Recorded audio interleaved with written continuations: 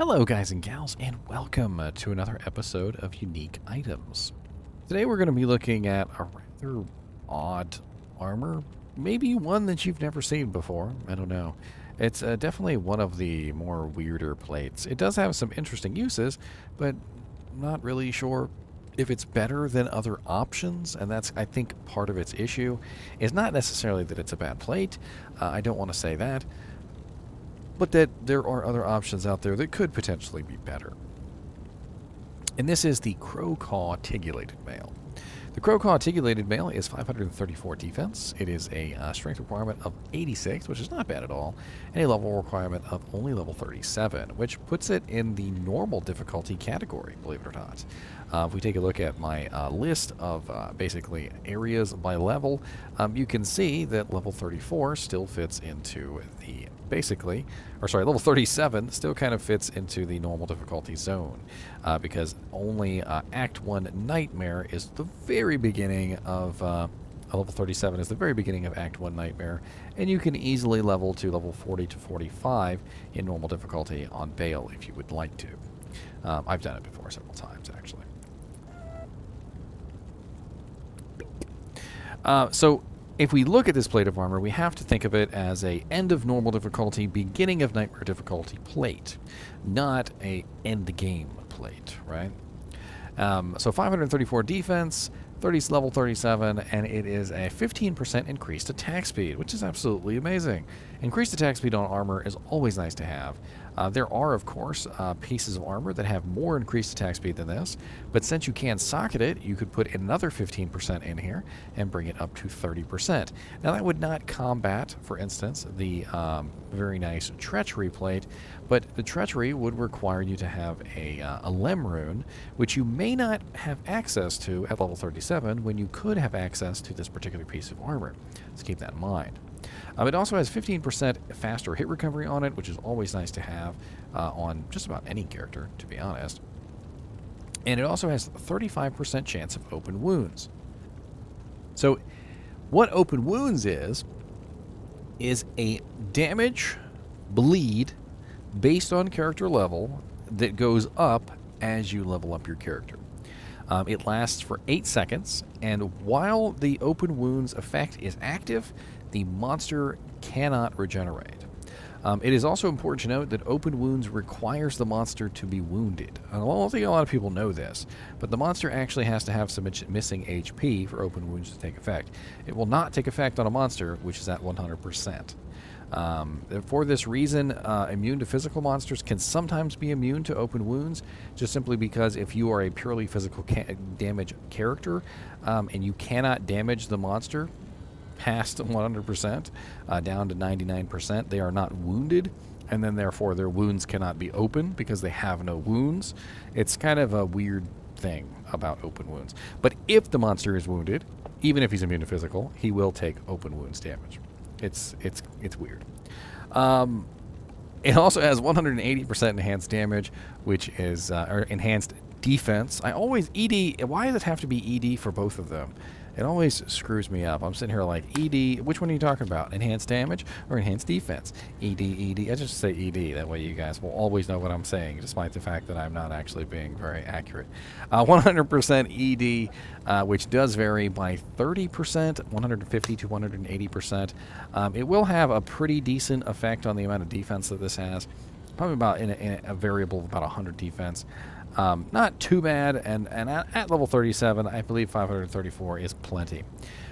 We also have 15 Dexterity on this, so as if it's not already giving you enough, it's also giving you a very nice bonus to your block chance, essentially, and your attack rating, and your defense. So Dexterity gives you a little bit of defense, it gives you a little bit of attack rating, and it also gives you block chance. So if I put this armor on, for instance, let me drop my fortitude for a second. You'll notice that I'm at defense. Sorry, you're not going to be able to see the defense, actually. But you will be able to see the attack rating. You notice my attack rating goes from 5,071 to 5,330. And then, that's a nice little bump there. We also get a block chance increase, but you can't see my block chance increase because I'm not wearing a shield. So it's important to note that if you do not have a shield, obviously you're not getting any block chance increase from Dexterity. a consideration that you could potentially make. Now, if you were a character that requires high dexterity requirements, like for instance, maybe you are an Amazon that uses bows, or an Amazon that uses spears, there are items in the game that have extremely high dexterity requirements, and that plus 15 dexterity could be useful to help you hit those requirements without having to give up too much of your vitality and strength and things like that you might need for other items. All in all, Crow Caw Tigulated Mail is definitely an interesting item. The open wounds in particular is definitely a special effect on here, combined with the increased attack speed is certainly very nice. And this can actually be used, honestly, as a budget uber killer item.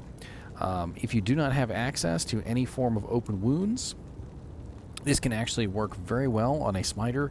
What you do is you put another 15% IAS jewel in here to go to 30%, and then you have a very nice 30% increased attack speed along with 35% open wounds, and you can attack relatively fast and hold down the monster's HP, prevent them from regenerating. You could combine this, for instance, with the black rune word, which has very nice crushing blow, and you would have a decent amount of crushing blow and open wounds to be able to make sure that you're keeping the targets from regenerating. You would need a decent amount of resistances, but most of the time with smiters, they have a really large amount of resistances coming in from their shield, and it's not too big of a deal. This could also be very useful on a boson, a spearzon, a paladin. There are a wide variety of characters that can get good use out of this. Now, the main issue with this is resistances. Most of the time, when you get to Nightmare difficulty, you're struggling with resistances for the first time because of the negatives, and Crow Caw doesn't have any resistances on it. And a lot of the times you end up using something else, like a smoke armor for resistances, or maybe you have gotten your hands on, like a Skin of the Viper Magi, or so forth and so on, and you haven't really solved your resistance issues. And that's where Crow Caw kind of fails in its level 37 duties, is that it doesn't really provide you with any resistances at a time when resistances are one of your main concerns, because you're trying to solve those resistances moving from normal difficulty into Nightmare difficulty. You can also find this in the ethereal form, which is a defense of 803, which is very, very nice. And this can actually be a surprisingly good item for a mercenary as well. If you do happen to find an ethereal version, this could be an absolutely great merc armor until you find something better. It's going to make him attack faster. It's going to increase his hit recovery, which is always nice to have on mercs because they have terrible fast hit recovery. It's going to give him open wounds, which is going to allow him to prevent monsters from regenerating, even bosses. So as you're fighting Diablo or Baal or whatever, he will prevent the monster from regenerating as long as he's in there wailing away at the target, or her if you're using the rogue merc. And the dexterity will also help him equip some items, like for instance, if you have a really nice high dex spear or something like that you want him to use. All of this will be very nice for your merc, and quite honestly, an ethereal Crow Caw Tigulated Mail can make an absolutely excellent merc armor until you get something better. Now, we can upgrade the Crow Caw Tigulated Mail to its highest form, but it's not exactly the best upgrade, because a lot of the times when you go to the elite status, what ends up happening is you end up with an item that has really high requirements and can sometimes be just absolutely terrible to wield because it's just massive strength. But let's take a look and see what this could potentially upgrade to and whether or not it's a good idea. So right off the bat here, you'll notice that the Crow Caw Tigulated Mail has 534 defense, 86 strength, level 37, which upgrades to the Loricated Mail, which is 1,274, level 62 requirement, and 149 strength. That's actually not bad. I'm actually quite surprised because the defense went up very nicely. The level requirement didn't go up so high as to be outrageous, and the strength requirement is still below the magic 156 number of the Monarch Shield. So a very nice upgrade, actually. I'm actually quite surprised. The Crow Caw Loricated Mail may actually be a good use of a Lem, a Co, and a Perfect Diamond. Now, we can also upgrade the ethereal version, which is going to get a very nice defense bump. And we're going to need another Lem, a Co, and a Perfect Diamond. And I've got tons of Lems and Co's and Perfect Diamonds just sitting around everywhere. Bink. I try to get them arranged. I try, but I go through so many items, guys. I go through so many items, you don't even know. I'm constantly making videos and I'm constantly upgrading items, and every time I pull new items in, I've got to pull new runes in, and I've got to use them all up, and I'm always doing this on camera so that you guys can see it, and so my stash never gets sorted. I'm sorry. So the Crow Caw Tigulated Male Ethereal version is 803 defense, 76 strength requirement, level 37. And that upgrades to 1,640, 139 strength requirement, and level 62. I think that actually could make an absolutely excellent upgrade. However, there is a caveat to this. One of Crow Caw's main competitors in form of, a competition is the Treachery rune word. And to upgrade this to the elite version, you have to use a Lem rune. And the Lem rune is the only rare rune in the Treachery recipe. Which means that if you use a Lem rune to upgrade this armor, you are effectively, knowingly choosing not to use the Treachery. And I do think that Treachery is quite possibly superior to this. In a couple ways. It doesn't have open wounds, don't get me wrong, the open wounds is very nice, but Treachery does have 45% increased attack speed, whereas the Crow Caw can only have 30% with a socket. The Treachery does have a pretty massive resistance boost in the form of Fade, although it doesn't always proc, and sometimes it can fail to proc and your merc can die. It is definitely very nice to have that boost to resistances. The Crow Caw is definitely higher in defense than the Treachery, which is definitely a bonus. And theoretically, if you put a really nice jewel in here, something like a 15% increased attack speed with all res, or a 1540 or something like that, it could be a relatively nice armor, but it's just too expensive by comparison to a Fade, a Fade-equipped Treachery, which only really costs a Lem rune.